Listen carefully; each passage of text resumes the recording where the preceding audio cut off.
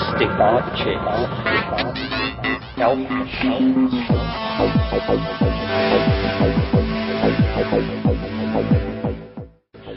Greetings from Cyberdelic Space. This is Lorenzo, and I'm your host here in the Psychedelic Salon. Well, I hope you haven't given up on me getting a podcast out this week, and to be perfectly honest, I didn't think I'd get this one out myself. I've been kind of under the weather, so to speak, ever since posting my last program. And once the pain and agony part was over, I was left with practically no energy, and I've been kind of lethargic these past few days. So when I finally fired up my computer and logged into the net this morning, it wasn't with the expectation that I'd get a podcast out today.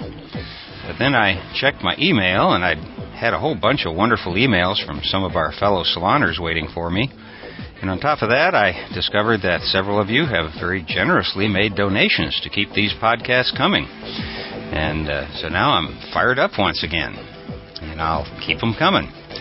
So my thanks go out to all of you who have written, and especially to Janice Gate Creative, James H., Jason H., John M., Michael, better known as a Dime Short, William R., and Bailey, otherwise known as Beaded Bohemian. And I also want to thank Yarov. I hope I'm pronouncing your name correctly. Yarov sent a donation last February, and while I thanked him in an email, I don't think I remembered to mention him in one of the programs. Sorry about that, Yarov. I very much appreciate your support. In fact, the generosity of all of you touches me deeply. So much, in fact, that you have succeeded in restoring my energy to the point where I once again feel like coming back here to the salon to be with so many of my good friends. I guess one of my motivational issues is that there's so much to talk about regarding some of the comments our fellow saloners have sent in that I just kind of keep putting off recording this week's program until I feel more like talking for a while. So I'm going to get back up to speed in stages, and by that I mean I'm right now going to take the easy route and play the second tape from the June 8th trialogue with Terence McKenna, Ralph Abraham, and Rupert Sheldrake. The tape runs about an hour and 20 minutes, but I'm only going to play part of it right now, and then I'll finish it off in a shorter supplemental podcast in a few days, where hopefully I'll quit procrastinating and also read some of the interesting emails I've been receiving. So let's get to it and join the merry trialoguers in yet another of their famous conversations. It's Monday, June 8, 1998, 2-ish in the afternoon, trialogue number 2. Okay. Family fields. I'm interested, as you know, in the fields of social groups, flocks of birds, schools of fish, and packs of wolves, groups of human beings. And I think all of these have morphic fields, and I think that the morphic fields underlying schools of fish, flocks of birds, insect colonies, help organize the movements of the different animals within them. And the ones in packs of wolves enable them to keep in contact with each other over many miles. I think these fields underlie the telepathic bonds between wolf and wolf, or between separated animals and other separated animals, and the same things apply in the human realm. Telepathy mainly occurs in the human realm between mothers and daughters, sons, parents, children, close friends, lovers, and the great majority of spontaneous telepathic cases do not involve guessing Xena cards in darkened rooms, but rather feeling of a sense of emergency by a mother. She calls home and the child's had an accident. Someone feeling a sudden disturbance and suddenly flash about somebody, feeling they're in great distress or some sense of alarm, and it turns out they've died. This kind of thing. This is true of dogs and cats too. It's mostly to do with these sorts of feelings that telepathy is involved, emergencies, alarms and so forth, rather than with the transfer of visual information for its own sake. Anyway, these fields, I think, underlie all social groups. And in the dog and owner thing, I'm looking at the fields between pets and their owners. But when we look at human families, these fields should also be at work in the human family. It would be a classic example of a social field. In chimpanzee groups, in horse groups, these live as family groups usually, female with children and an associated male. Sometimes young males live free of the social group. In many species they do, but they're very often family-based groups, horse groups, usually no more than about 5 in wild and feral horses. Wolf packs are usually a female with her cubs and a male, and then some sort of more grown-up wolves, but they're family groups. And so in human family groups we'd expect the same kind of morphic field. Now this is rather a general and abstract kind of consideration, but it would mean that family fields with their morphic fields would have a kind of memory from the families that contributed to them. The father and mother's families of origin would come together in a family. You'd have the husband and wife, the father and mother. You've got always a fusion of family fields coming together into a given family one with their histories and patterns. And in fact, a whole science or therapy or practice of family fields has been worked out in recent years in Germany by what I think the most interesting therapeutic person I've come across for a long time, Bert Hellinger. Have you heard of Hellinger? No. Hellinger. Hellinger's work is extremely well known in Germany and has a large influence, and there's a great deal of interest in his work. He has people following his methods and so on. Hellinger used to be a Benedictine. He then went, or perhaps as a Benedictine, went to Africa, where he spent a long time living with the Zulu. And although he says this isn't the direct influence on his therapy, the sense of the ancestral connection that the Zulu have, the more traditional people have, the role of the ancestors, is a major part of his therapy. Anyway, I'd been to one of his things in London, and I'm meeting him again soon, and I've become quite friendly with him and his followers, because the main theory they use to try and understand what's going on in these family fields is morphogenetic fields, morphic fields. They think it's the different theories or models. They think it's the... He's a therapist of human families, yes, or what? Human families. That they think this is the most appropriate kind of model. You need a field that links the members of the group together, and there has to be a kind of memory in it. That's what they want, and that's what their family fields are. And morphic fields are that. I mean, there may be other fields that could perhaps give the same effect. But anyway, so that's why I was interested in their work and their interests in mine, and I had been to and I've been very impressed by Hellinger's work. How it works is that you have somebody who comes and they present their problem. They tell Hellinger, this is done in a group with a lot of people in a kind of audience, and they say what their problem is and why they're upset or disturbed or something. And then he asks them to constellate their family field. And what that means is that he asks them, your mother, your father, how many brothers and sisters, and so forth. Then he says, now please pick anyone to be your mother. And they pick someone from and pick anyone to be your father, they pick them, your brothers and so on, the members of their primary family and their family of origin. And then he asks them to arrange them in order, place them.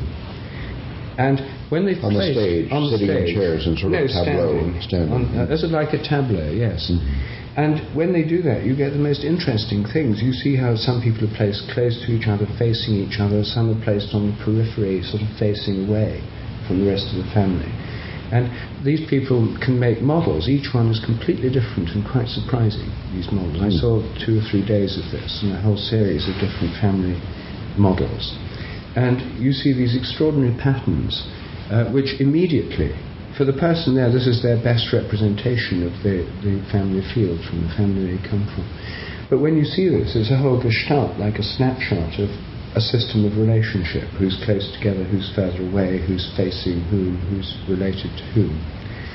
And sometimes this is so obviously it's sort of dispersed and not in relationship, but then the question is, if that one's right out there facing their back to the rest, what's happened, why are they there, not sort of closer to the others, and what dynamics are involved in this whole family group. And in order to understand that, he often has to go to the family of origin, as the father or the mother in the family field. So then he'll ask the person to constellate the father's family field, for example. And then, they pick someone to be the father, and then if the father had 2 or 3 brothers, the brothers, and the father, the parent, and they have to put them where they were. And sometimes they don't know that well, so they have to guess, but they constitute this field. And it often turns out that the pattern in that first family field are mirrored in the second one. You can just see it in front of you, similar patterns. It sometimes happens that something extraordinary happened in the first field. Say, for example, an uncle drowned as a boy. A 10-year-old boy in that family was killed, drowned in a pond. And then they often leave them out. And he then says, was there anybody in this family that died as a child or that died at birth? Quite often they say yes. He says, find someone, put them in. And very often the whole imbalance in the field is rectified when the missing member is put in, even if it's, say, someone who committed suicide or a child that died in infancy in a previous family field. Unacknowledged members of the group cause grave distortions to the system, and his method by putting them in creates a whole field sort of can be rearranged. He then rearranges these fields so what would happen if so-and-so was brought in, he asked the person, bring them into there, and then in the father's field ask them to acknowledge the child that died and put them in, and then the child, they say, we acknowledge you. The people actually say, we acknowledge you, and then they put the child that died in the right order of children, right in their place, between the firstborn, the secondborn, the thirdborn, because the order of birth has a huge impact on these fields and the number of siblings. So here you have a system practically used by Hellinger and his followers, a fascinating thing. And when you see these missing members and the field constituted, and then the family of origin of the person, that field is sort of readjusted. To see a whole field pattern and their role within the field pattern is incredibly therapeutic and releasing for a lot of people. They see that a lot of problems they thought were just their problems are actually their relations to this whole field of interaction in the family. So they take seriously a field model of this process, and with these sort of tableau representations one can see this. And so that made me think, whatever the merits or demerits of Hellinger's system, which I think is very interesting and apparently very effective, the idea of making models of family fields seems to me something that one could address in a more general sense, because there would be certain patterns of dynamics you'd expect if you have a family consisting of mother, father, and then one child. The simplest one is 2, 3, 4, 5. What kinds of flows of energies? Some of this would be kind of common sense. Eldest children, and in relation to second children, most people who've had 2 children say that the eldest ones were more trouble as babies, harder to deal with. The younger ones are somehow much easier to get on with, but then you get this kind of rivalries growing up, sibling rivalries and so on. Then families, more complex family fields where you have stepfathers or stepmothers, stepbrothers and sisters, then you get, on his stage thing, you get these very complicated family fields. What happens in those in real life? Those are common nowadays. So one could make certain models of these fields. One could also see how the balance of energies. If you have a field model like this and you take someone who's in the model, move them further away in whatever space you've modelled it in, and turn them to face out from the rest of the family, what kind of dynamics happens there with the rest of the family? What happens to them in any group into which they enter, any new family they form? What effect does this have? One could perhaps model this kind of thing. So I wanted to suggest that maybe it's possible to make this family field thing more scientific, investigate it further, make models, and in some way perhaps come up with tests or empirical studies that could further the science or investigation of family fields. Well, that certainly sounds very interesting. I'm not sure I understand to what degree the use of the word field is justified here. And do they think of like an extended spatial field, like the gravitational field or something is associated with the family, and the individuals have a field like vibrating aura or something? Or does it just mean the field in a general sense that could be described, let us say, just by giving for any 2 individuals in the family some strength of the connection, or plus or minus or something that would be represented in the tableau when the actors are placed on the stage by the geographical distance to them or something, so that bringing one member in closer would correspond in this model to just strengthening the bandwidth of the communication channel, or the positivity of the regard, or some other like simple parameter. That would be a more of a connectionist model, with like a undirected graph with nodes and links and so on. Is it like links between the people could be just represented by a number, or would it be essential in order to understand the experiences of Hellinger to actually have a kind of extended three-dimensional spatial field around each individual that has memory and so on? Well, maybe a connectionist thing with nodes would be an adequate model. But then you could say that the connections, the nodes, you could just sort of draw a line around the whole thing and say this was a set of connections or something, which would be perhaps just a different way of trying to model the field. You see, the connections, insofar as you draw, say there's a connection A, B, and it has a given strength, you're presupposing an invisible bond between people that would work when the other person was in the next room, at the very least. And therefore you're proposing a bond whose reality is not physical in the normal sense. It may be mental, emotional, psychic, I mean, whatever word you choose, but it's not sort of smell, touch, hearing. I mean, those are involved if you're in the same room.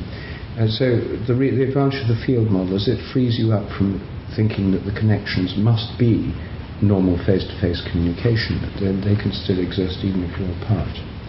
I see. So the family field, the flock, the school, and so on is kind of a extrapolation backwards of psychic pets into more psychic bonds in the wild. Well, I think that the bonds, even between members of the family, when people go away and they want, like me, I mean, I'm attached to my family, so from here I feel a strong need to ring up my children to speak to them as they're going to bed, even though I'm 6,000 miles away. That bond is a strong bond for me. And and for most people, if they're nearest, these bonds are not severed by getting on an aeroplane. So whatever model you have of the connections have to be of such a nature that they still persist. Well, I'm suggesting to whatever the model is to have the same model as the model we have for the psychic pets, because ethologists, or say these therapists, like the animal equivalent of Hellinger, that analyze cats, for example, they describe the relationship of the cat to the owner person as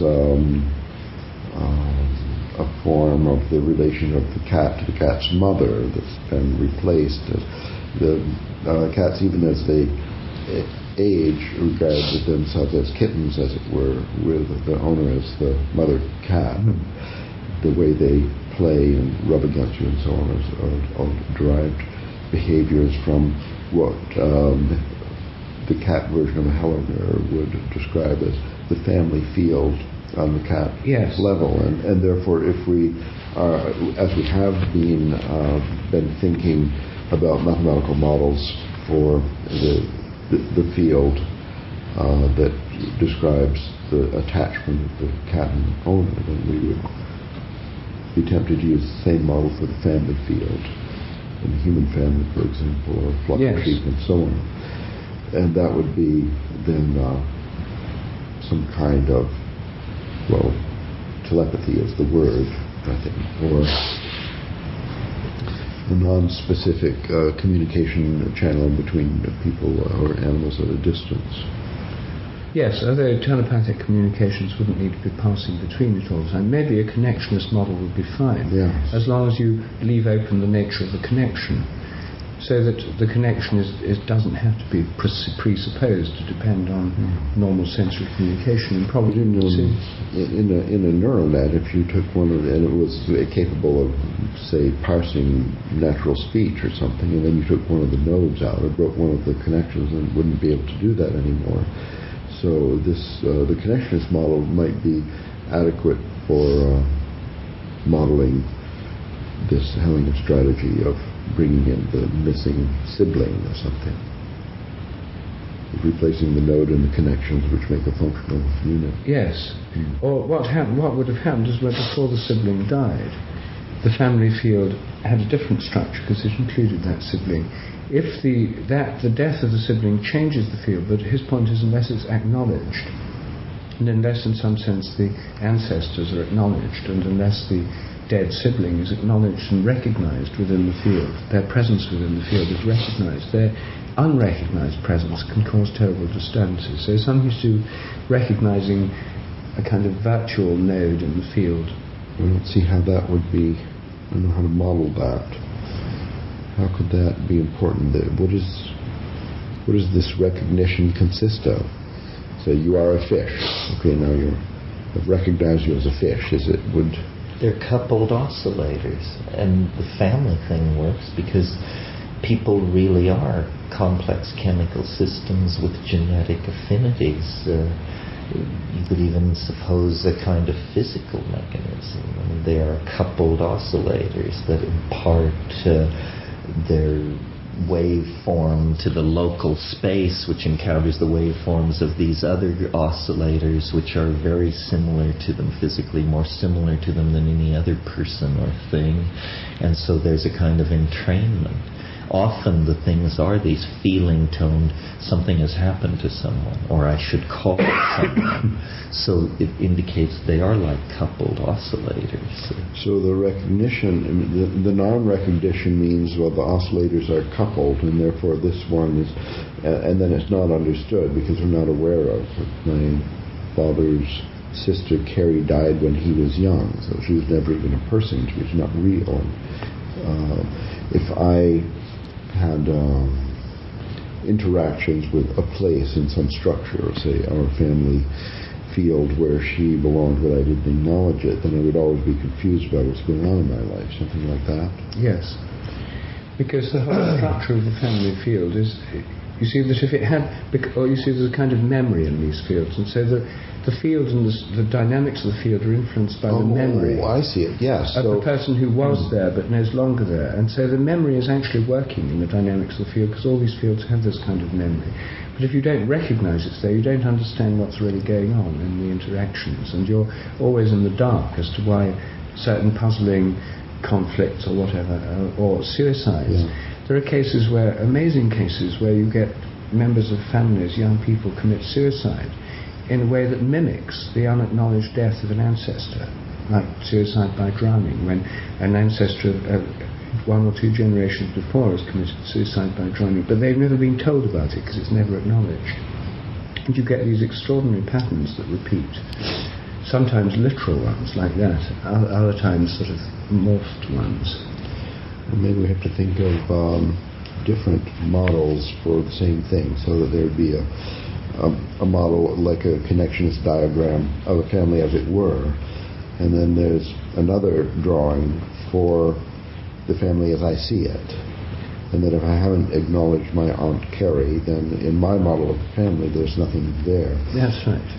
But in this other model of actual interactions and so on, it is there. Maybe we need a directed graph where the channel between you and me, for example, would have two lines, one going that way as when I speak or send you a message, and another one going this way. Yes, they'd have to be. The connections would have to have sort of directed both directions. So there could be, in the case of a family member who's not acknowledged, that there's a directed line from that one to me because I'm receiving but not knowing, yes. And then I'm sending nothing back because I'm not acknowledging. Yes.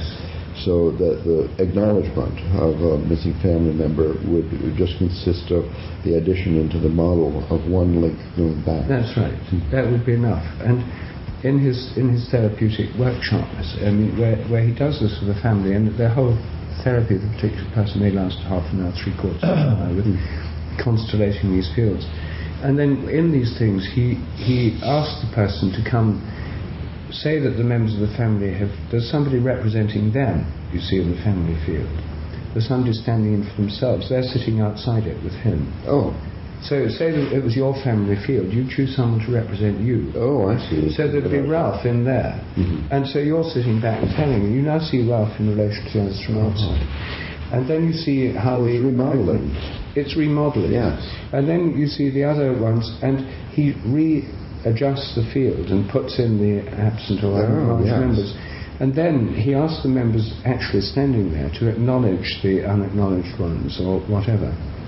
And then he asks you to go and stand in the position of Ralph in this remodeled field and turn to the unacknowledged one and say, "You are my aunt, I acknowledge you." and turn to the others and so on, and experience that new constellation from within. And this has a dramatically changing effect on family fields. It brings them to consciousness, it recognizes these things, and the acknowledgement is done, and it changes them. So any model of the fields, you see, would mean the kind of thing you were saying would still apply. You'd have a model of the fields, otherwise you have a map of its perceived today.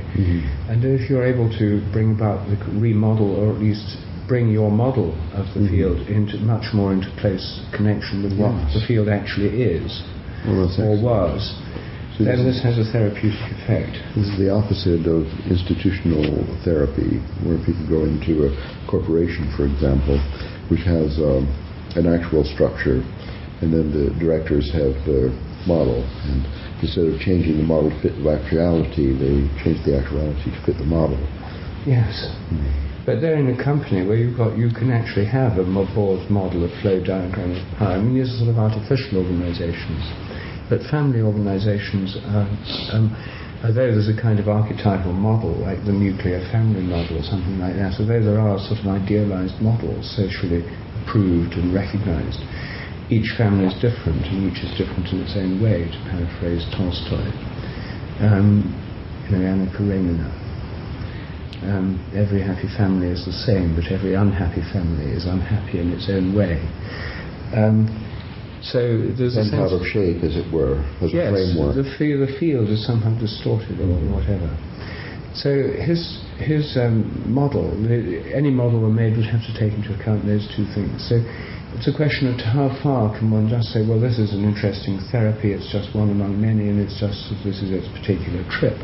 But how far can one take seriously the idea that family dynamics are not an arbitrary invention of having there an obvious reality, and we don't have adequate models for these family systems, nor the influence of ancestors within them, which my interest in morphic resonance makes me very keen on, the fact that there must be this historical memory, habit dimension. Well, then the network can be extended indefinitely. It's simply that people outside the family, but in the neighborhood or in the past, are weakly coupled. Important teachers in primary school. Yes. Things like that. That sort of thing. They're weakly coupled, yes. Yes. And then you can have the way that you could then extend this. Arnold Mindell is the person who's pioneered this model in non-family groups. Are you familiar with his work? I am. You know Arnold Mindell. But in his book, The Year One, he talks about the modelling of social groups, how you have a social group, and that each social group is a kind of organism, and therefore there will be different roles taken up by different people within the group. And in lots of groups, for example, there will tend to be somebody who's a grumbler or a complainer, and who sort of focuses and vocalizes the sort of grumble, takes on the role of making complaints, which other people in the group might be too shy or too restrained to make, but somehow they're made. And then they can also project onto the grumbler a kind of negativity or hostility. This is a dynamic that happens within groups, and quite often, if one grumbler leaves the group or is expelled, someone else has to take on that role of being a grumbler. So he has a kind of field theory, what I'd call a field, I don't know if he calls it a field theory, but I'd call it a field theory of groups, which is less interesting than Hellinger's, in the sense that Hellinger has this family dimension, this time dimension, with innumerable examples. He has hundreds of videos of his doing this with different family groups. You can see one after another of these groups before your eyes on video. They're very interesting. But Mindell is a more abstract theory based on him working with groups in therapy sessions or in town meetings or workshops. We've got 30 people for a few days. It doesn't have the same kind of historical depth, but it's still dealing with the same kind of group model. Well, the idea of memory, then Hellinger's interest in memory in the field concept has to do with having the ancestors in the tableau. Is that right? Yes. Well, how do you understand the influence of an acknowledged or unacknowledged ancestor, generation or two back on this, the part of the family unit that consists of the currently living members? How to understand that? If it was, say, 2 generations back, you've never met them, what's the difference? Well, how do you understand it? Well, because say when you have a partner, you get married or not married, as the case may be, you have children, you then have a family field, and assuming the parents are together, your expectations of the way you behave to your children, no one's ever trained you how to raise children. It was never mentioned at school. So how do you know how to treat your kids? Well, the only model you've got is either looking at friends doing this, but the one that runs deepest for you is what happened in your own family. And so you bring to the situation a kind of memory of the whole dynamics of your family of origin. And the same goes for your wife or your partner or the mother of the children. She brings to it the dynamics from her whole family of origin. You and she then have different expectations of how the family is going to work, because you've got two different kind of fields, and she may expect quite different things of you and of the way you treat the children and of the kids than you expect of her and of the kids, and so on. And this can either lead to some kind of compromise. In fact, over time somehow it has to accommodate in some way, but it can also lead to a lot of conflict because there are different models and expectations. So you bring these fields with you, as it were, unconsciously, because they're the fields in which you were in that group there with the sort of field pattern. You're now in a new family group, and you bring that field pattern in, and it sort of fuses with that of your partner. But that's the only, you can learn from other models, you can know other families, you can live with other groups, but basically you bring it with you. So then do you think cross-cultural marriages are more fraught than marriages within class and cultural domains? Well, that would be an empirical question. One would predict that there would be certain kinds of problems. Say you take marriages between English people and Indians or Pakistanis, then you could do a model, the Hellinger type model of the Indian family field. You could interview Indians, look at Indian family structures. They'd probably have quite different sort of expectations and field patterns from the people from nuclear families growing up in suburbs in England or America. And if that's the case, you could actually predict what would happen when you put these two, what kinds of conflicts are likely to result, what kinds of expectations the man and woman from these different kinds of backgrounds are going to have within this. And you could talk to people who deal in marriage counselling with mixed marriages and see whether these are indeed the kinds of recurrent problems they encounter. So you could, by talking to sociologists, social workers and people who actually deal with dysfunctional families of various kinds, or functional families, this would be an empirical study on family dynamics from different backgrounds. So you could actually approach it all. You could make models, and you could actually test them, because there's all different kinds of families and fields coming together. So I think the model then of the family field would have to consist of more than the nodes and the connections and so on. I mean, the creation of the tableau with the patient as the director includes not only where the actors are standing, but also which direction they're facing. Yes. And maybe their posture or any kind of body language representation, facial expression, things like that. Yes. Well, it doesn't usually. It can involve posture. Because when we think of animal behavior in the sense of how you raise your children and so on, and there are many attributes of a node, an individual member of the family, and their attitude of servitude, or their willingness to sacrifice, compromise, and all these things that we know varies from culture to culture, and so on. They call the roles of the division of labor of the mother and father, and so on. The father drives the other species of birds away from the nest, and so on. So some kind of modeling or even a simple representation of these behaviors would have to be attached. Otherwise, the model would be too simple to really indicate the difference between different generations and people from different families, coming from different family groups, marrying and so on. Yes, well, it might help. The geometry wouldn't be enough. Well, it might help in starting these models with different species of birds, for example, where you've got more standardized patterns and where you can actually observe what happens. Because there is a division of labour with birds, and say a gander will defend the nest of the goose and young. Some birds, cuckoos, do it a totally different way, of course, and the baby cuckoo is like a pathology in the nest of other birds. So there are all different patterns among birds in the division of labour, but they're fairly consistent within a species.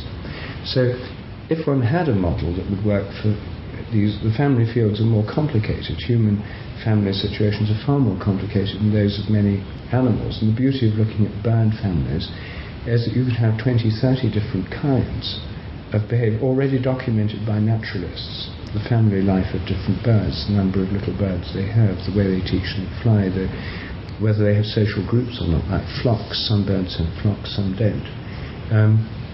There'd be a lot of scope. Anyone who could come up with a good model would have a large amount of natural history at their feet as territory to explore with this modelling technique. Because right now, the kinds of models that ethologists have of groups are not terrible. Well, their focus has been distorted by the Richard Dawkins type people, where it's all the selfish genes and it's seen as individual competition and struggle. And maybe that perspective has something to offer to this modelling process, but it hasn't led to any kind of emphasis or attempts to model the dynamics of these groups very effectively. The other thing you have to take into consideration is a family is an organism evolving through time. The arrangement, the tableau, is a snapshot in time. It also, one could assume it's the patient or the client's relationship to their family at the present moment. But on the other hand, if you're going to bring in ancestors, is the ancestor influencing the field as a child, as a middle-aged person, as an elderly person? Did their influence on the field change through time? And then there seems to be sort of a dichotomy. There's a static now, but it's being modified by a shifting past as these ancestors exert differing influences on the situation depending on where in their own life history they are. Yes, and in some tribal cultures, like the Sora in India, this is the kind of thing the role of the ancestors actually being documented by anthropologists. There's a whole body of anthropological data here. There's the Sora, where my friend Piers Vitebsky was an anthropologist, and where I visited him in the field in Bihar.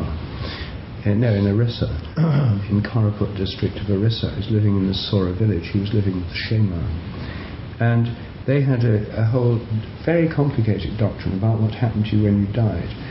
Say you died by suicide, you went to the sun. If you died of smallpox, you went to a kind of leopard spirit. And there were different groups, and the ancestors who died of that all went to the same place, so you were with them, and you wanted to get the living into your group when they died rather than someone else because you wanted to be with them. So there were always competing death spirits, different modes of death, containing ancestors competing for the living.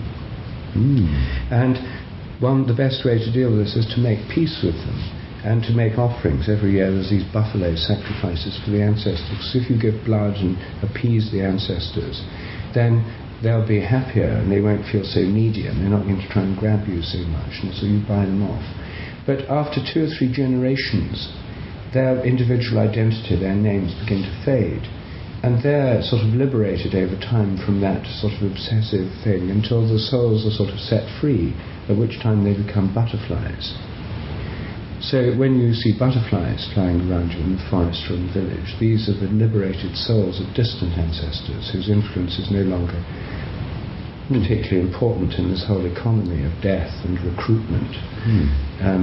Well, this is the memory model for the conspiracy theorists. Yes, except that there's lots of different... It's like a competing... It's not so much well, there are sort of competing conspiracies. Yes. And there are certain stones you can trip over in the forest. There are certain ones that catch people who stumble and make you stumble in the forest. But you have to be on good terms with the ancestors. And what being on good terms with them above all means acknowledging them. It means in a sacrifice of buffalo blood that you name and acknowledge the key ancestors. You acknowledge all the dead in your lineage. And if you miss anyone out, they're going to be angry. And if they're angry, that means trouble. So this is their cosmology, the way they see it. And each tribe, each group has its own theory of the ancestors. The Japanese and Chinese, especially the Chinese, have an elaborate sense of the role and importance of the ancestors, with all these offerings they make of paper houses and whatnot. And I think if one were looking at this empirically in the human realm, I mean, one would perhaps have models for different species of birds, but coming back to the human realm, to compare the dynamics, which you could do partly from anthropology and partly from modern sociology, of, say, Chinese families, typical Chinese families where there's a high degree of acknowledgement of the ancestors, with modern American families or Western families, fragmented, dissociated, chaotic, where there's a very low degree of acknowledgement of the ancestors, and see what kinds of patterns occur there. And then you could look at Chinese Americans who may have abandoned all the ancestor worship thing and just assimilated to mainstream American society. Do they have particular qualities, or do they just become like Americans? Well, they stumble a lot. They stumble a lot. They must, because there are a lot of angry ancestors who are accustomed to a greater degree of... Well, you'd expect that, you see, but then maybe they go on acknowledging them. A lot of the Chinese are very traditional. So, there's a whole field of research here, the role of the ancestors, because every culture has its own way of dealing with them and its own way of acknowledging them. And in the Christian tradition, the festival of All Hallows and All Souls, Halloween is the eve of All Hallows, November the 1st, and All Souls Day, November the 2nd, is when requiem masses are offered for all the dead, all the departed, in which you can particularly hand in the names of particular ancestors of particular people who died and have their names read out at the requiem mass. So I do this myself. So there's an acknowledged social form in our culture for acknowledging and naming the ancestors in a traditional ceremony. So there are great variations in our own culture between the degree to which people within different families and traditions acknowledge the ancestors. The Roman Catholics do it more than the Protestants, because of this phenomenon of requiem masses and the observance of All Souls Day, which Protestants don't observe. So it's a rich field for investigation, you see, in sociology, anthropology, model building, etc., but as yet more or less unexplored. Do you think these ideas could be extrapolated to non-human families with any degree of that you would learn anything useful? Yes, it would have to be exactly the same, or perhaps simpler. Like bird families, maybe all the behaviors that we could quantify are ones that ethologists had been traditionally observing, and they might have missed a lot of things, like the role of the ancestors among birds. I don't think they ever noticed. Was the ancestral knowledge? Are there any, are there any bird families with 3 generations? And I guess you could ask, what is a family? Does an insect have a family? And termite certainly does, on the social scale. Yes. But for instance... well, a social group, it wouldn't have to be a family. Whatever group that you can observe, like you observe a school of fish, you might not know the ancestry or the kinship diagram, but if you could quantify the observables, whatever ethologists observe about birds, if the gander is aggressive and attacks other birds, so that would be a number from 1 to 10 of aggression. Then the mother nourishes by going and getting food, chewing it up, spitting it in their mouths, and not be nourished is another parameter. So whatever the ethologists observe more or less defines the model that they have of bird groups or families, and likewise whatever species have been observed. I don't think there is any mathematical modeling effort that's been going on among ethologists or anthropologists for that matter. But really this theory is saying that it's genetic similarity that impinges on the strength of the bond. No, I veto that. It may or may not. So twins would then be in a special position. Well, they are in a special position, as traditionally acknowledged and revealed by modern twin research. They are. But genetic similarity is, you see, but the mother and the father, the children have a genetic similarity to the mother and the father. Right. The mother and the father have no necessary genetic similarity. And it's also possible for members of a pack of wolves, a wolf, a male may join a group. So you do have interchange between the groups, and exogamy, marrying to a group outside the familiar group, is the rule rather than the exception. So at least one member of the group, the father or the mother, is going to have a different, unrelated genetic nature. So it's not a necessary feature of these bonds to have genetic similarity. They may or may not have it, and it may be they're stronger in the social insects, where you've got all these castes of workers derived from the queen and sharing half the genes of their sisters with each other. They have a great many genes in common. Yes, this may give a kind of more telepathic type connection between them, but I wouldn't put genetics as our key. It's not going to help us much in this particular So can you imagine a strong link between a person and their great-grandfather's second wife, to whom they have no relation other than that? Oh no, if it's the second wife, it would be relatively irrelevant. And Hellinger, if one were doing this modelling, one would look at what he thinks. It's the family of origin. What would matter is the time when your grandfather was born. Uh-huh. His family of origin, it may later include, when he's 12, 15, his father marrying again or something, because it would be the origin field you look at first. I see. And these later ones have relatively small effect. So, they've already got their ideas about what weightings you'd give to these different people in the drama. But the difference between birds and people is that the general pattern of a bird family is given instinctively. It's by a morphic field, I would say, with such a deep and strong morphic resonance. You've got a kind of basic pattern that the whole species lies within.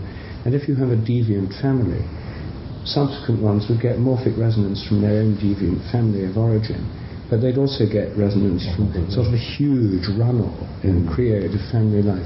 Now, in the human world, where there's no genetically determined family structure, because it's cultural, a great deal of human cultural evolution is sort of decoupled from genetics.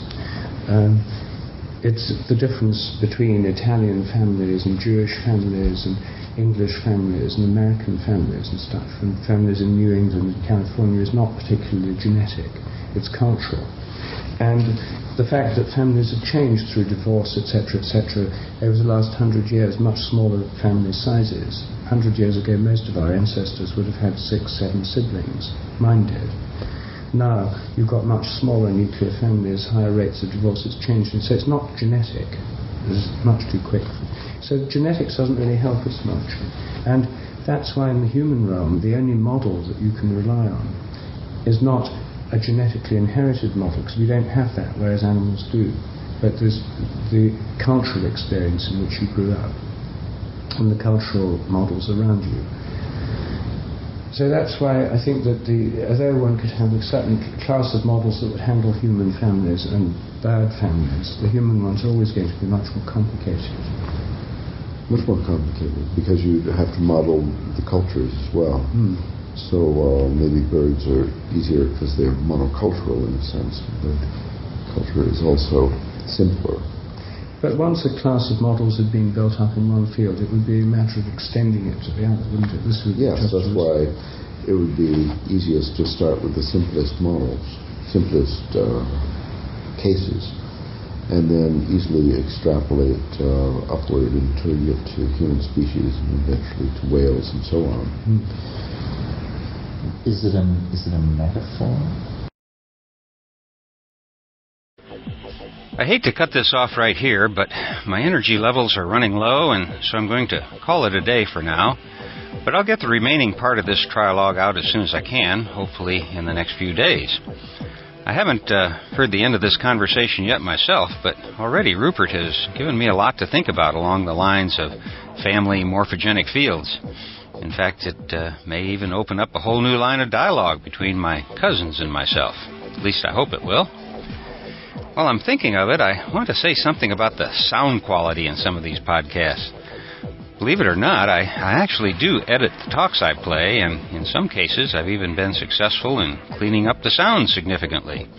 But there are some instances, like today's trialogue, that were recorded with a hum in them. And as hard as I tried, I wasn't able to remove that hum without causing a little distortion in the speakers' voices. And so I decided that the hum was less annoying than the voice changes and left it just as it was recorded. Now, I also know that there are among us here in the salon quite a few audio experts, like Brian and John H., and I sincerely appreciate your offers of help, and that goes to all of you who have written to offer technical assistance. My problem is that I've got kind of a tiger by the tail here, and I don't want to let go until I fully understand my exit strategy. The tiger, of course, is the Psychedelic Salon. And to be honest, I never really gave any thought to having much of an audience, and so I figured it was a nice hobby that I could drop if I ever got tired of it. But now it's grown into something much more than I expected, and to tell the truth, it's really giving me a problem with what I think of as my main life's work, which is to finish a novel I've been working on for over 4 years now. But don't get me wrong, I'm doing these podcasts because there really isn't anything I'd rather be doing. You writers out there know how easy it is to find something to do other than to do what you came here to do. And I do realize that if I'm ever going to get back to work on my new book, I'm going to have to figure a way to offload some of the back-end work involved in these podcasts and in maintaining several websites. So I've been working on a long-range plan to turn the salon into more of a community project, which, of course, would allow us to bring in more of the work being done by many of our regulars here in the salon. My reason for mentioning this right now is that I know some of you are getting frustrated at my slow response to your suggestions and comments and offers of help. And I hear you loud and clear, and I'm pretty much in agreement with most of your suggestions. But I don't want to make any false steps because we've really got a nice thing going here, you know. When I'm recording these podcasts, I really do feel like I'm sitting there beside you and having a conversation. And I don't want to do anything that will change that feeling for me, because if this becomes a job or something I'm not wanting to do most of the time, well, then I suspect that we'll all lose interest in this interesting cyberdelic experiment. So my plan is to continue exploring your ideas and come up with some suggestions that we can all kick around until we figure out how to continue growing our connections and exchanging ideas among the worldwide psychedelic community. And sometime after this year's Burning Man Festival, where I hope to kick around some of these ideas in person with you, I'll let all of you volunteers and potential volunteers know what I've come up with once we get back from the burn, and we'll figure out how all of you can become more involved in this fun project of spreading the truth about what I believe to be the only real hope for our species' long-term survival. And that is the hope that comes from increasing our understanding of psychedelic substances.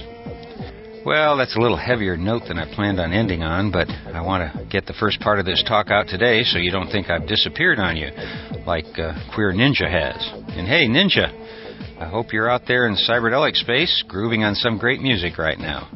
We miss your podcast, my friend, but mainly we're worried about you. So if you hear this and you're so motivated, please let somebody know that you're okay. And hey, be well, my friend. Now, before I go, I want to mention, as always, that this and all of the podcasts from the Psychedelic Salon are protected under the Creative Commons Attribution Non-Commercial Share-alike 2.5 license. And if you have any questions about that, you can just click the Creative Commons link at the bottom of the Psychedelic Salon webpage, which you can also find at www.psychedelicsalon.org. And if you have any questions, comments, complaints, or suggestions about these podcasts, well, just send them to lorenzo@matrixmasters.com.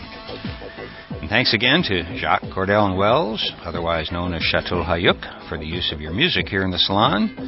And a big thank you again to Janice Gate Creative, James, Jason, John M., A Dime Short, Yarav, and William. This one was for you guys, because without the boost you gave me this morning, I probably would have put this off for another week. And of course, thank you for being here. I really enjoy the time we spend together here each week, and I know that you probably feel the same way. So for now, this is Lorenzo, signing off from Cyberdelic Space. Be well, my friends.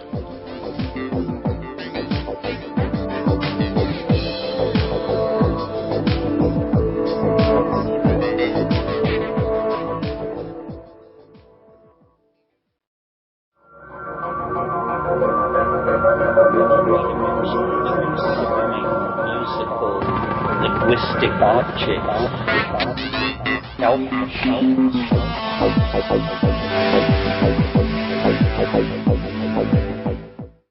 Greetings from Cyberdelic Space. This is Lorenzo, and I'm your host here in the Psychedelic Salon. So, what's my excuse this week, you ask, for being late at getting this podcast out? Well, in the Navy I learned that the only proper answer to a question like that is no excuse, sir.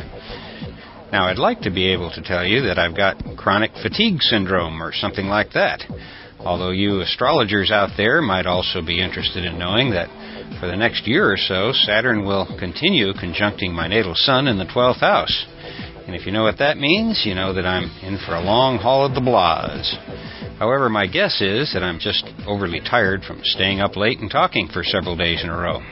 And from that perspective, it's been a good week around the old Psychedelic Salon. On Sunday, our musician artist friend Jarrett stopped by, and so I called Matt Palomary, who's also a friend of his, and Matt came over for what turned out to be a long day and night of interesting conversation. And that vibe just continued on Monday and Tuesday when Charlie Grobe spent some time here during appearances at the annual meeting of the American Psychiatric Association, where he and Francisco Moreno and one of the doctors involved in the Johns Hopkins psilocybin study gave a presentation about their collective work using psilocybin, one of the active ingredients in magic mushrooms, in their research in new treatment methods for various illnesses. I think it's interesting that a mainstream group like the American Psychiatric Association would put a topic like that on their agenda. Maybe the evidence of the effectiveness of psychedelic medicines is becoming so obvious that even the mainstream now has to take notice. Charlie is going to send me a copy of their presentation, and if it has some new information that we haven't already heard in a podcast, well, then I'll pass it along to you. But right now, I don't know much about what was said because Charlie and I had all kinds of other things to talk about, and then Mateo came back by to see Charlie, and it turned into another late night. And while I didn't turn on my recorder and record any of our conversations, I did arrange with Charlie to do a couple of interviews in the next few weeks, and I'll do my best to make that happen. But right now, I'd better get back to today's program, which is the continuation of a trialogue that was recorded on June 8, 1998 in Santa Cruz, California, where Rupert Sheldrake, Ralph Abraham, and Terence McKenna were talking about Rupert's hypothesis about morphogenic family fields. When we left off last week, Terence McKenna was just saying that he thought perhaps the concept of a family field was only a metaphor and not an actual energy field. So we'll pick up where Terence had just floated that idea and see where they take it.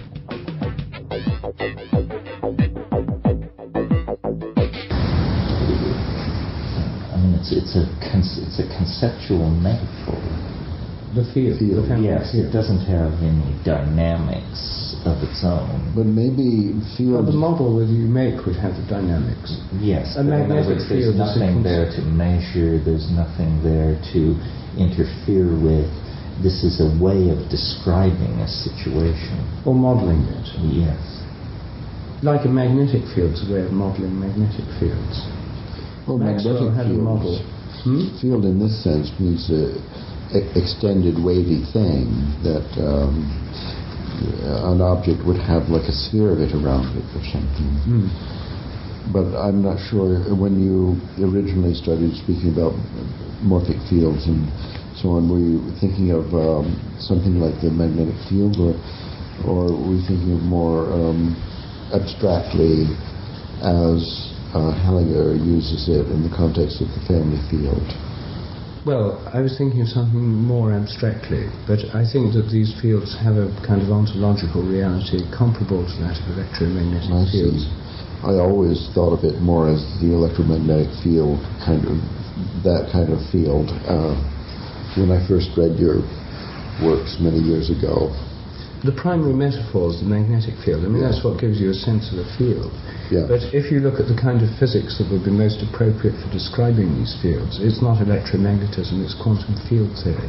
Oh, it's not that either. It's the gravitational. It's just the field concept, I mean, an extended thing that's represented by a continuous real number variable of defined on a coordinate system. Well, no, I had a discussion with David Peat and Basil Hiley recently in London. We had a whole day we were discussing this question. Hiley is Bohm's principal follower. He worked with Bohm for many years. And we were discussing, we went at great length about this nature of fields, and one distinction they made for me, which was very helpful, was that these quantum fields, say you've got two photons whizzing apart from the same atom, and you measure the polarization of one and the other's immediately, instantaneously, by entanglement or non-locality or non-separability or Bell's theorem or the EPR paradox, the other immediately has the opposite polarization. That the model you have for the connection of those, the quantum function that describes them, is, until the moment you measure it, it's a kind of private field. There is a connection between the two, one here and one here, but it's not like the connection between a magnet and another magnet, or between the source of light, the sun, and the sink, the earth, where the light goes in. It's, or the gravitational field between the earth and the moon. It's not that at any point in between you can go and measure the strength of that field, because that field only affects those two photons. It's a kind of private field that links them, that's not determinable by measurements in between. But isn't the very notion of field carry with it an idea of inclusivity of space and time? In other words, why call it a field at all? Why not just call it a connection? Well, you could just call it a connection, but I think quantum field theory does have a notion of fields underlying this, but they're not in normal space and time. Ralph would know that. It's a completely different use of the word field, and it is private in that the particles have a field. I mean, there only exist fields, and then their interpretation is as particles is just a kind of interpretation, but that the universe consists of like so many of these fields of interaction, as it were, and their variables are not spatial. It's a completely different model. Couldn't be anything more different than the use of this word field in the quantum domain, and the use of the word field in classical physics, for example. So I'm extremely suspicious of the application of quantum mechanical concepts in the arena of psychology, consciousness, sociology, and so on. Yes, but you see, we've got two field models. Much funnier than the face on Mars. All right, but we've got two field models in physics. We've got the sort of classical electromagnetic field models with continuous fields, and measurements can be carried out at any point in the field, and it can be discovered to be there. But you see now, David Bohm's model of quantum theory, which you referred to earlier, the one that involves, if you can get rid of the non-causal indeterminism, but what he substitutes for indeterminism is what he calls a quantum potential, which is a field, an invisible field of quantum potentials that shapes what happens to different particles, and which has as a part of its very nature non-locality. This quantum potential means something can happen here or it can happen there, but the field itself is in some kind of higher dimension, which he calls the implicate order. And it's the realm of possibilities, which quantum fields are defined in terms of fields of multi-dimensional fields of possibility, which are not the same kinds of things. Now, morphic resonance involves what one might call non-local effects. That makes me interested in the only branch of science which has non-locality as part of its normal structure.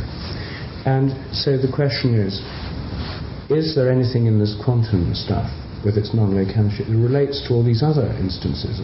A mother knowing about a child, a pigeon separated from its flock many miles away and being able to come home and so on, a father separated from a son and having a telepathic link between them. These are kinds of non-locality. They're parts of the same system, still remaining connected at a distance. Is this a mere analogy? Or does it show us that there's something deep being revealed by quantum physics? Not that you can explain all things in terms of existing quantum theory of particles, but that they've stumbled on something in quantum theory which is common to systems of organization at many levels of complexity.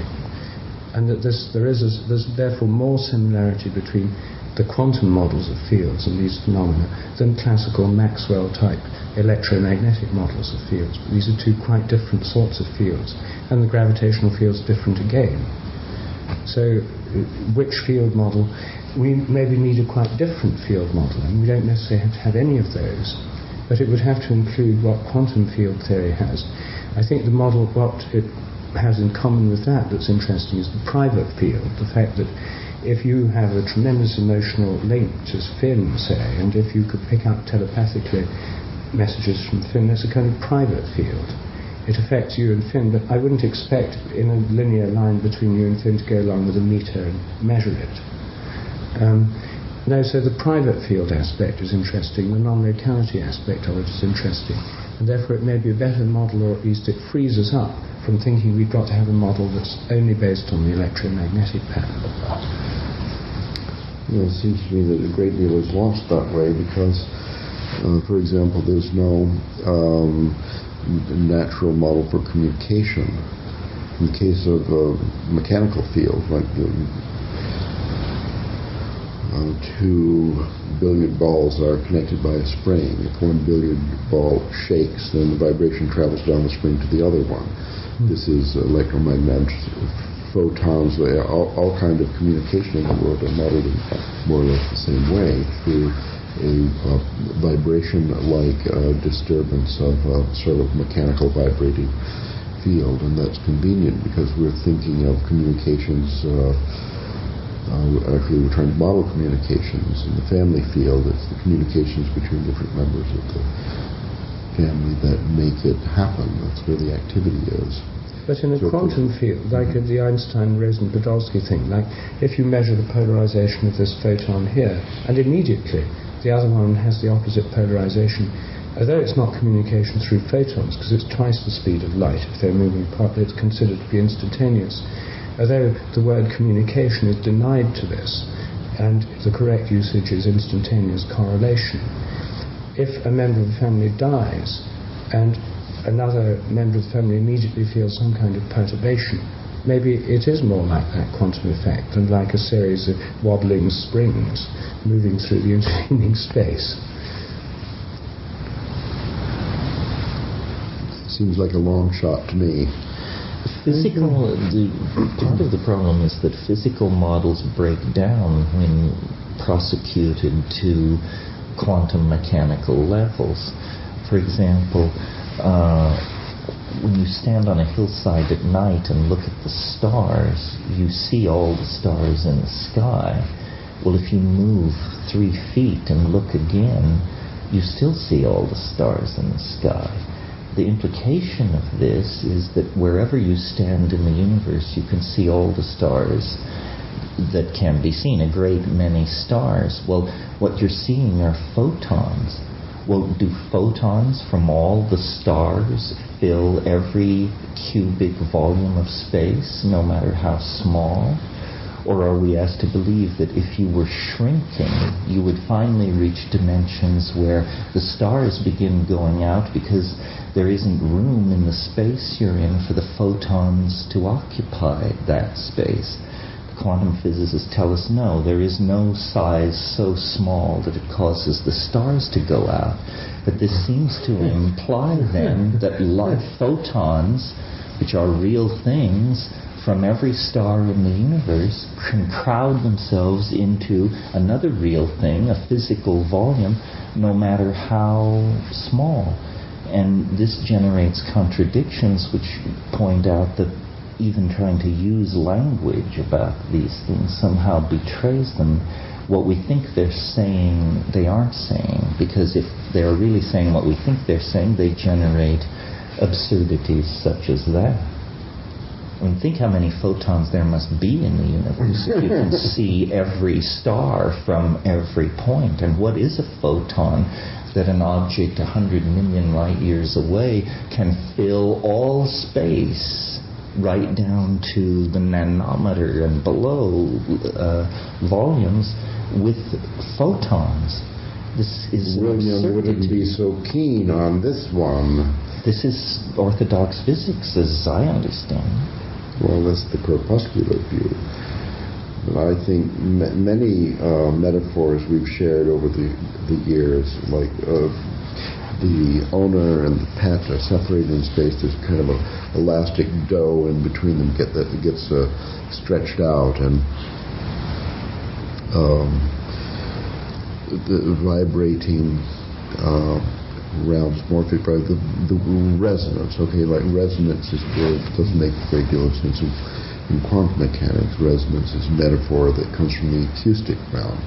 I like the acoustic realm. We are connected by air, an elastic medium. We snap our fingers here. Sound wave goes down. Another sound wave goes down. They can amplify or they can interact additively or destructively depending on their frequencies and so on.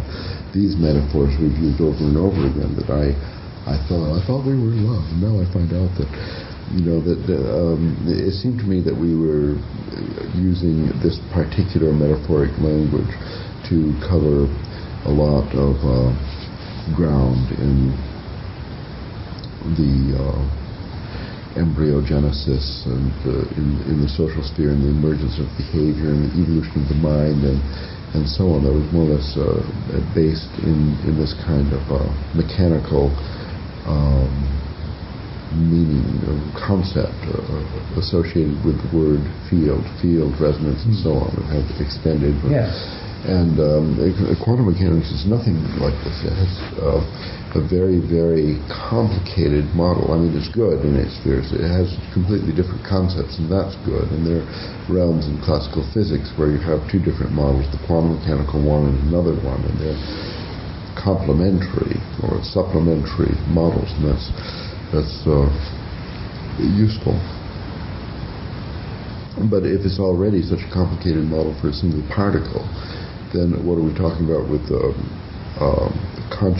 state of consciousness and the extended mind, or the communication between animals of the same species and communication between animals of different species, and so on. We don't have a rich enough vocabulary of metaphors from quantum mechanics to deal with any of the things we conventionally deal with. Communication, resonance, telepathy is the sharing of an idea. Whatever an idea is, we think of it as kind of a space-time pattern and an extended thing. This is a cognitive strategy, basically. Or a feeling. Telepathy is literally distant feeling. Telepathy. Yeah. And I don't really see quantum mechanics being very useful. No, but you see, then we can't have a situation where either we have to pick existing quantum mechanics or we have to have traditional mechanical models. Yeah. And the ideal situation would be a field model that can pick and mix these different metaphors in a new way. Well, maybe the best thing is to just give up trying to anchor it to the vocabulary of quantum physics and to invent a vocabulary of macro physical fields. Yeah, I mean, we think of a probability wave associated to a bird, another probability wave associated to another bird, and then collapsing the wave functions with an integration operator and the Dirac delta of the two. I don't know. I think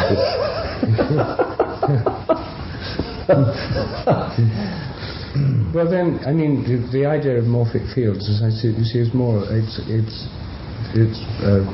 It's not a fully articulated model. It's a kind of word or phrase that can cover a host of possible models. It's like a hope for a field, a hope for yes, its success, metaphorically speaking, depends on a certain amount of fuzziness. Yes. Now, if someone can come along and say, okay, we've got the perfect model for these things, we call it superconnectionism or whatever, that's fine by me. I mean, it just doesn't have to be called a field, but unless you have the idea there's something there. Why not call it something like the vocabulary that associates with the Bell field or the Bell phenomenon? Call it a dimension of coextensive connectivity. Well, that's not the term they use. I mean, that would be introducing sort of rather Whiteheadian type language. And for most people, the hypothesis of coextensive connectivity is rather too much. It would be called CC or something. It should soon be abbreviated because it's too much of a mouthful. You could call it anything. I mean, it's partly, it may be good to have a completely new name for it, but that new name would have to, I think I quite often use the word connectivity now, or interconnection, because that's what it's about.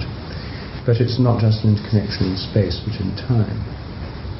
Yeah, so a connectionist model is sort of the simplest in a way. Doesn't capture all the phenomena, but is very easy to think about. And it's the rubber band approach. Yes, the nodes connected by the rubber bands, and you can flip one and a message will go down. Yes, well, I like that. I mean, I use the rubber band metaphor a lot. And then there's another level up where each individual has a vibrating halo or something, which may extend to infinity but gets thinner as it goes out, and then the different halos move around, and their communication has to do with a morphic resonance, as it were, in the overlap of these halos, and that is more complicated and a higher level model. And from a halo model with this vibrating nimbus around each head, you could then collapse down to a connectionist model that would be like a simpler representation of some of the information in the nimbic model. I like that, the nimbic model. Well, I have the whole nimbic theory, in my a paper on angels, on the physics of angels, but I didn't call it that. There's a Catholic order called the Knights of St. Nimbus. Is that? And in the representation of angels of the Renaissance painters, you see that's where the word nimbus is used. That this golden circle around the head, no matter from what angle you look, you always see the entire globe behind the head, so that the halo cannot possibly be a disc on like a graduation hat. It's not like a disc. It looks like a disc. Sometimes it's conical, it's an elliptical thing, but the only physical object that you could imagine that would appear as it appears in the paintings of Renaissance painters would be a spherical globe around the head, which appears gold only when seen from the inside. And therefore, from any angle you look, you would see the front hemisphere of the nimbus as transparent, and the back hemisphere of it as golden. I see. So you've worked out the physics of the nimbus. Yes. But as this is quite an advance, yes. Yes, well, you look at these things and you don't think. It's quite forgivable because we don't spend too much time looking at angels. No. But the wings, I noticed that the sections are elliptical, and that means when they flap them, they're making circles. And well, it's not the physics, honestly. It's the geometry of angels. I see, but I wish I'd known this earlier, because in the next edition of the Physics of Angels, maybe we should have a geometrical appendix. Yes. The geometry of the nimbus, the flapping of the circular motion of the wings, yes, and so on. And the mechanics of the seraphim with its 6 wings. I don't know whether that features in your... no, well, I have an unpublished extrapolation to... What's it called? Tetramorph. The tetramorph? Are those the ones with 4 wings? Yes. Oh, I see. I was thinking of the 4 angels facing in the 4 directions, and their wings are hitched in Ezekiel. No, that may actually be the real meaning of the tetramorph. I think so. Yes, we do have, it generates 6 dimensions. Well, this is another story. I stopped sending my papers around published on paper when the papers actually became NIMBY. I mean, what do you call it? Well, pages on the World Wide Web. But you don't read papers on the World Wide Web, so therefore you're never received. Maybe I should send you a copy of The Geometry of Angels.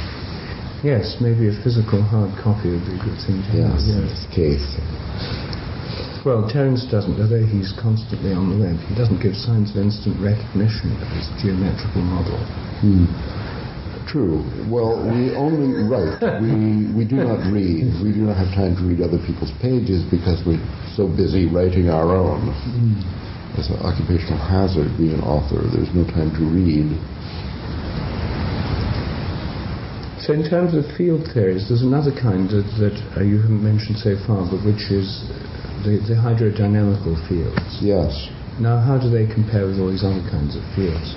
Well, the hydrodynamic field is very similar to the electromagnetic field, but because fluids move and the electromagnetic field doesn't move, then you have your choice with say shallow waterways. I'm standing on the bank of the cliff. I'm looking down at the beach, and I see these waves are coming along. So I can think either of the water is standing still, which it is actually. Molecules of water are moving up and down vertically only. And then they're coordinating in such a way as if pulling and pushing on nearest neighbors so that a wave goes along. So that's a Earth-centered coordinate system, as it were. Or you could ride along the wave. Then the mathematical description is somehow simpler, because 3 feet ahead of you is lower, and 3 feet behind you is lower, and you're at the top of a wave. So you move along like surfers do on the crest of the wave. Geometry is fixed, it's not moving along. And so your framework moves with it. That's called the co-moving frame. So coordinates are good. It's the most basic thing in mathematical modeling is coordinates. You know, there was an extensive geometry of conic sections along with Apollonius.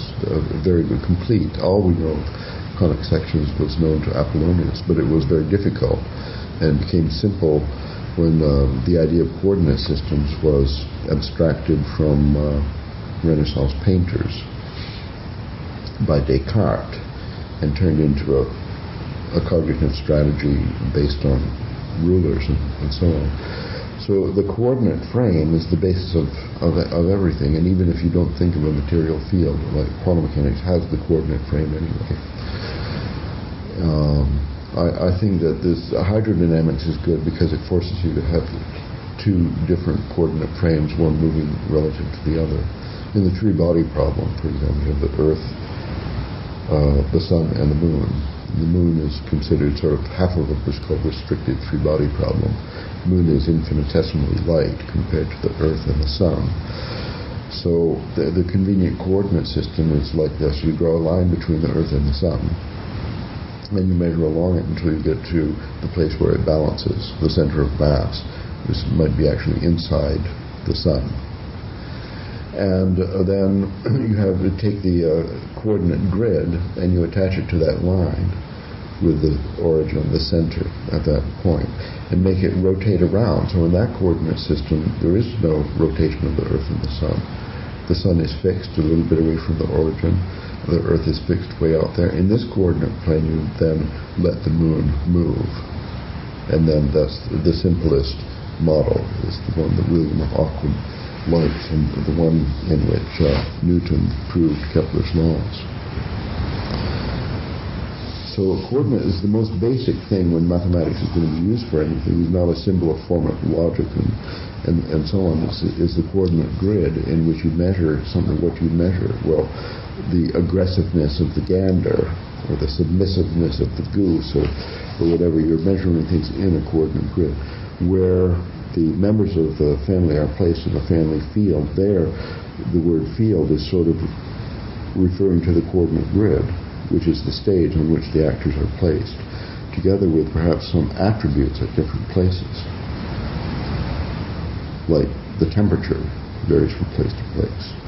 In case you took the temperature only of the individual birds or the actors in the family or something, then temperature would only be measurable in certain places in the coordinate grid, and there would be no measurements elsewhere.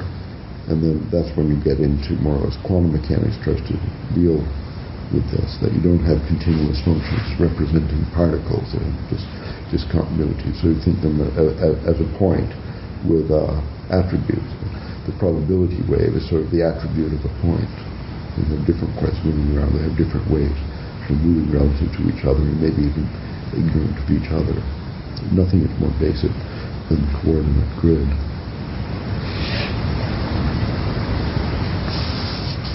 So do we have a wrap on this? Yes. Well, do we have... Well, so do we conclude that it's possible to build models of fields starting from this hydrodynamic? Is the best starting point, in your opinion, then this hydrodynamical system? Well, if mathematics is going to be at all helpful in this area of the family field, and thus it is to be all helpful in the context of psychic pets or any of the other experiments. You have a mathematical model for the observations of any experiment, then it's necessary to choose a simplest case because it's already complicated enough. And then it's essential to have data. I mean, when Bob Lane, the psychiatrist, came to me, he wanted to apply chaos theory in his practice, you have to get some numerical data. Well, I don't know if ethologists and anthropologists have very much numerical data, but that would be the start. And the wish to mathematicize psychology generally is not a wish to make people healthier or happier. It's a wish to make psychology more respectable as a science. It's not clear it's a healthy trend at all, though it's been pursued furiously for nearly a century. The more successful psychoanalytic theories, seems to me, somebody could offer counter data, are the least mathematically driven and depend really on this mysterious business that we call the gifted therapist. The gifted therapist is not a mathematically defined entity. Psychology would love to be a science, but perhaps at the expense of the client base it's supposed to serve, which are pathological and neurotic human beings. Well, the Gestalt psychologists came up with extensive field theories in the 1930s and 40s. But little mathematics. I think what we're talking about, the family field, they have a growing mathematical model, which I think personally is quite promising for the future of psychology in terms of its potential usefulness in dealing with world problems and so on. I think it's very important developments like models for the arms race and for family conflicts and specific strategies for conflict resolution. These actually might be effective strategies evolved for the first time thanks to mathematical modeling is a possibility that can't be ruled out. So I think it's a valuable exercise that we should try to develop a mathematical modeling for family fields, and particularly in families of birds where there's extensive data. And it would be great to find a sympathetic, up-to-date modern ethologist who knew of the existence in the literature of actual numerical data from experiments measured with comparable to your experiments with videotapes where we count how many times in an hour the dog goes to the window. Yes, so data, we need more data, but we won't get more data unless people have the idea that it's worth trying to model. Thus the hermeneutics of science. And we need more data in several areas. One, anthropology, where in fact a lot of classical anthropology involves those kinship structures of circles and triangles and those kind of family tree. A lot of it actually does have models of the social structure. That's what they've concentrated on in social anthropology, classical British social anthropologies of that kind. So there's that data. Then there's data from ethology, and there could be more if quantitative ethology could be done if people had a model to guide them in what they do. Hellinger's work could be extended to classify different kinds of fields and look at those of different cultural groups. If you ask lots of Indians and Chinese, you could do that. So these are all empirical ways of approaching it. Yes, and that seems to be the only way forward. Well, mathematical modeling is one question, and the efficacy of it, and then the other is specifically field modeling. You're going to have to go. I'm going to have to go, right? But I think this was very... No, I didn't cut it off right as Terence seemed to be saying that he thought it was very something or other. That's actually where the tape cut off. So I'm going to assume that Terence was about to say that he thought their conversation was either very interesting or helpful in some way.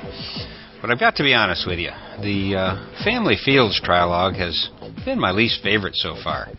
Not that I didn't get a few nuggets out of it, but it just didn't seem loaded with golden ore like some of their earlier conversations. As far as the tapes that Ralph Abraham loaned Bruce Damer and me to digitize, the talk you just heard was the last one we have a recording of, at least chronologically. And for me at least, it seemed as if they were running out of steam, particularly Terence, who we hardly heard from in this discussion. And it was less than a year after this trialogue that he was stricken with terminal cancer, but maybe I'm just imagining a decrease in their energy levels in this podcast. To test my theory, however, I think that the next series of trialogues I'll podcast will be the ones that were held at Hazelwood in Devon, England sometime in 1993, and then you can decide along with me whether you think the early trialogues were more energy and idea-packed than their later conversations were. On a little different subject, a few weeks ago I mentioned an article that a friend sent me about a plant whose folk name is fairy dreamflower. And one of the more remarkable things about it was the fact that apparently you can just sniff it and get high. Well, that little comment has touched off a flurry of email, two of which I'll read right now. One comes from Nat Bletter, who said, I'm an ethnobotanist, the one recently interviewed by KMO on Sea Realm and Psychonautica about salvia. And I was really interested in your little note about jijibong at the end of your last podcast. My friend studies this genus of plants, but I can't find a reference to this species or the common name fairy dreamflower. Where was the Is There Sex After Death article published that you mentioned? I have access to a huge amount of botanical literature at the New York Botanical Garden where I work, so if I had a reference, I could track it down for you. It would kind of make sense if this genus was psychoactive, since cloves, its sister species in the same genus, has some reports of psychoactivity. But there are no other plants I know of in this family that are psychoactive. And another email came from Eric, who said, any luck on finding some info on the Australian fairy flower whose fragrance is reportedly intoxicating? The one you mentioned at the end of podcast 89, I believe. What was the spelling of the official name? I would like to research it a little. Well, Nat was correct in his guess that I misspelled the botanical name of this plant a few podcasts back. So here's the full quote on the article and the spelling of the name. The article itself was a reprint from the Encyclopedia of Entheogens, published in 2005 by Zaskin Books. That's X-A-S, new word K-I-N, Zaskin's Books. And if I'm not mistaken, Zaskin is a town in Australia. But Google doesn't seem to be of much help in finding this publication. The copy of the story that I received was published in RFD number 129, autumn 2007, which also suggests that this story has an Australian origin, unless a time warp has already moved me into autumn without first having had a spring and summer here in sunny Southern California. Now, the full botanical name is spelled, and I'll go slowly here because I got it wrong the last time. It's S, as in Sam, S-Y-Z-G-I-U-M. And the second name is G-I-D-J-I-B-A-N-G.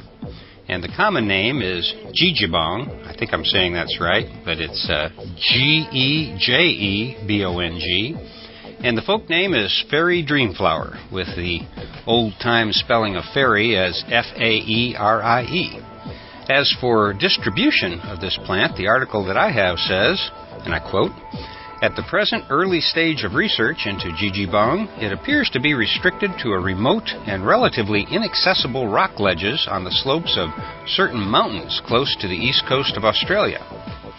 And in regards to cultivation, the article goes on to say, jijibong grows so profusely in its natural habitat that it is difficult to understand why it has proved so hard to cultivate. Research continues. I'm glad to hear that. In appearance, jijibong is a small shrub up to 60 centimeters tall with upright, fluffy, violet magenta-colored flowers and stiff, narrow, crispet leaves to 25 centimeters by 5 centimeters. Dark green and dull on upper surface and paler underneath on the underneath side of the leaf. The flower has a characteristic fragrance resembling a blend of gangle, juniper, and clove. And that hint of clove seems to me to be a confirmation of Nat's hunch about this plant. I think the thing about that article that has generated the most interest is the line that says, the flower acts as a mild hypnotic when sniffed, independent of the dosage. Similarly, quite small quantities of jijibong leaves will produce an entheogenic effect, which is not increased by larger doses. So now we're going to have to wait and see if any of our intrepid researchers can come up with some more information for us about this interesting little plant. Another thing that Eric said in his email was, I've been interested in ethnobotany, more specifically those with entheogenic properties, since the early 90s. I was an occasional BPC student back then, went to a few conferences, classes, workshops, and other similar events. I just began converting my old tapes to MP3. We should trade some recordings someday. As you probably know, his reference to BPC, at least I believe, is to the Botanical Preservation Corps, which I think is still being operated by Rob Montgomery. And you can find their website at www.botanicalpreservationcorps, all one word, .com, where Rob has quite a few books and tapes he's selling. About a year ago, Rob gave me a call to say that he was thinking about releasing some of his cassette recordings for me to play here in the salon, but I haven't had a chance to follow up on that one yet either. So, Eric, if those tapes you're converting to MP3 format are from BPC, well, we've probably got a copyright problem in using them. But any tapes that you or any of our other listeners have that you've recorded yourself at some of these conferences, well, I'd be happy to consider them for inclusion in some of our podcasts. And I'm mentioning this because each week I get a few offers like this, and I'm always excited to hear these talks, and hopefully we'll be able to play some of them here in the salon. Another email came in from someone I'll just call Mr. S, who said, I just wanted to thank you for all of your hard work and effort in posting all the McKenna podcasts. I've had many hours of enjoyment listening to them. I often listen to them in bed and hear the bard talking about elf machines in my sleep. P.S. As I'm a little paranoid, please do not publish my email address or full name on your website. The reason I'm reading this right now is to assure you that any and all communications I receive I keep very confidential. As much as I'd like to use the full names or even screen names to thank people who write, and particularly those kind listeners who have sent in donations, well, I've made a point of only using first names or pseudonyms so as to keep your private lives private. And don't feel bad about being a bit paranoid. I can certainly understand that emotion, and I even live with it myself from time to time. Because you know what they say, just because you're paranoid, it doesn't mean that no one is after you. Another email comes from Pio, who says, I've really been enriched by the show, and even if it's under today's shadow of oppression, it really brings the whole salon concept back from the 1800s in Paris. First world folks seem to become increasingly more insular, with technology putting us in front of computer screens more often than other like-minded humans. But your show really puts us all in a spot where we can feel like we're keeping a finger on the erratic, thrilled pulse of what goes on for the greater psychedelic work today. Well, thank you for your kind words, Pio. I really do appreciate them. And along those lines, I'd like to point out that, yes, it is difficult to overcome all this tech that now seems to get in the way of person-to-person meetings. And, of course, that's one of the reasons I like the salon concept myself. And if you're like a significant number of our other fellow saloners, you're probably feeling a little bit isolated, particularly if you don't have anyone to talk with about these interesting topics. But I found that one of the things that helps me feel less alone is to tune into some of the programs coming out of the UK on the Cannabis Podcast Network. In fact, they've got a new program over there now called Lefty's Lounge that actually makes me feel like I'm sitting in my living room listening to Lefty and his friends carry on about all kinds of interesting topics. And the same goes for the other programs in that network, which you can find at dopefiend, dopefiend.co.uk. After you listen to some of these programs for several weeks, it's just like getting a phone call from some friends who are having a party and gave you a call. It's not as good as sitting around sharing a pipe or two, but in my humble opinion, it's the next best thing. And if you do join Lefty, well, tell him I said hello. Continuing with Pio's email, he said, as a fellow recovering Catholic, and by the way, Pio, I feel I'm fully recovered now, but I was a recovering Catholic. I've sort of painted myself into a corner, surrounded by empiricism and the need to prove out every idea outside the realm of concrete experience. and at the same time wishing to crawl the beckoning walls of the unprovable and the unexplained. I've some experience with mushrooms, and I was really interested in attending the shamanic conference in Iquitos in July. I felt from your talks with Matt Palomary that there is a sort of in-club mentality that surrounds contacts in South America. I've noticed this in my readings online as well. I don't begrudge anyone not wanting to let others in on their secret, sort of like the way my relatives treat fishing spots. I was curious if you could offer any recommendations or hints of a trail beyond the general advice to look out on the web and ask around to people who've been there. I'm balkanized not so much by the lack of other psychedelic seekers locally, but by time factors of working in the belly of the corporate beast, and I feel more compelled each day to find a breakout experience. And he finished by saying, P.S. My dad was on the Haberfield, the DDG. Maybe you two crossed wakes at a time or two. Well, I did steam with the Haberfield a time or two, and so I'm going to assume that your dad and I covered a lot of ocean together, so please tell him hello for me. And as for the appearance of an in-club mentality surrounding South American contacts, well, I'm sorry about coming across that way, and I certainly understand how people can get that opinion. I can remember that it was only about 10 years ago that I was sitting in the swamps of Florida and wondering why it was so difficult to find out about reputable ayahuasqueros.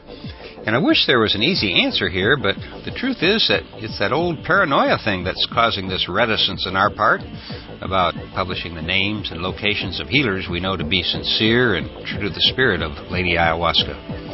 For example, if I gave the contact information for the group of healers that I work with, well, there's a possibility that they might receive thousands of emails if only a small percentage of our fellow saloners contacted them. And if that happened, who could blame them if they told me to not come around anymore? You know, there isn't an easy solution to this problem that I know of. But Pio does mention the conference that Alan Shoemaker has organized for this summer in Iquitos. Granted, few people are going to be able to take advantage of that due to the expense, and I know that I would truly love to attend myself, but my one trip this year is going to be to Burning Man, and so I won't be able to make it either. However, if you're drawn to ayahuasca like a moth to a flame, well, then this is the first place I'd probably go if I were you, because I doubt if there will be a larger assembly of reputable healers than you're going to find anywhere else other than at that conference this year. And I'm sorry that I don't feel comfortable giving out more information, but the ayahuasqueros who do this work often do it at great personal risk for their own freedom, and I certainly don't want to do anything to harm them or their important work. Another common thread in the email lately has been to ask if we're sponsoring a theme camp at Burning Man this year. Well, after organizing the Palenque Norte camp in 2003, I decided that the theme camp organization was best left to younger people. It's an incredibly difficult thing to plan and organize, and my hat goes off to all of you who are actively engaged in putting together camps for this year's burn. For my part, I organize and produce the Palenque Norte lectures there, but not the camp that they're held in. This year, we're going to be with the good folks at Eco Village, and I've been told that we'll have that gigantic tent again for our lecture series this year. As the summer progresses, I'll be passing along more information about the lectures, but as far as a place to actually camp, I'm not the one who can help you on that, I'm afraid. But maybe some of our fellow saloners are looking for help with their camps and will let me know so I can pass the information along. On a slightly different note, Alicia, who is working with Charlie Grobe and Preet Chopra on the psilocybin study at Harbor UCLA, has posed the following question. If you were a DJ for a therapeutic psilocybin session in a clinical setting, what would you play? After posting that question on some tribe.net forums, Alicia tells me that she was surprised at how many suggestions she received. So I thought I'd pass her request along here and see if any of our fellow saloners have some suggestions along those lines. And if you do, just send them to lorenzo@matrixmasters.com, and I'll eventually post the list on our psychedelicsalon.org blog. Well, there's more mail to read, but there's no more energy on my part. So I'm going to close for today. But next week I'll be playing an interview I recorded the day before yesterday with John Hanna, who does far more than his share of the heavy lifting for the psychedelic community. John and I talked about several information resources that are available to you, including his Mind States conferences, and I think you'll enjoy hearing about what he's been up to lately, including his latest research into energy drinks, which is something I could use right now. Well, before I go, as always, I want to mention that this and all of the podcasts from the Psychedelic Salon are protected under the Creative Commons Attribution Non-Commercial Share-alike 2.5 license. And if you have any questions about that, just click on the Creative Commons link at the bottom of the Psychedelic Salon webpage, which may be found at www.psychedelicsalon.org. And if you have any questions, comments, complaints, or suggestions about these podcasts, well, just send them to lorenzo@matrixmasters.com. My thanks again go out to Chateau Hayuk for the use of your music here in the salon. And thank you. Thank you for joining me here in the salon today. It's really nice of you to stop by. For now, this is Lorenzo, signing off from Cyberdelic Space. Be well, my friends, and especially you, Queer Ninja. I know you're going to be all right. Take care, my friend.